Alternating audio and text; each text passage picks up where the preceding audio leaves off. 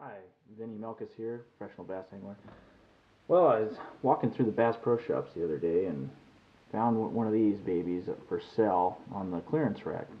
And if you don't recognize it, it's the Yamamoto D Shad. I've spent the last week or so fishing with it, and I've done pretty well. If you haven't heard much about this bait lately, it's responsible for second place in a classic this last year.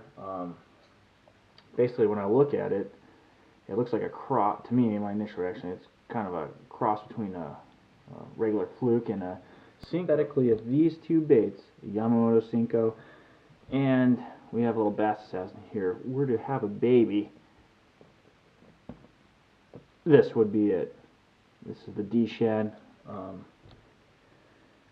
I've fished a lot of jerk baits and I've fished a lot of Cincos for years, and when I got this out of the package, my initial reaction was it's a little bit heavier than typical Bass Assassin, and it has the characteristics of a Cinco, and not to mention the diamond tail. I've got a little bit of footage on the action of this, which I'll show here in a bit, but what I can say is if you don't have this in your tackle box, it deserves a place. It's got a unique rate of fall. And it has the action of the like a Bass Assassin or a Zoom Super Fluke. It quivers just like a Cinco.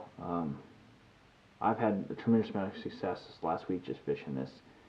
And there's something about that tail too. It quivers just a certain amount and it darts back and forth. It gives it a very unique action. You see, it's just this film doesn't do justice of it when you actually get this in your hand. It has got the same salt, type impregnated and injection type process that the Cinco has. The one thing I will say is a con about it is having that Cinco-like characteristics. It lacks a little bit on the durability, but I mean, if you're catching fish on it, then I'm willing to pay a little extra and then having to change a bait out here and there.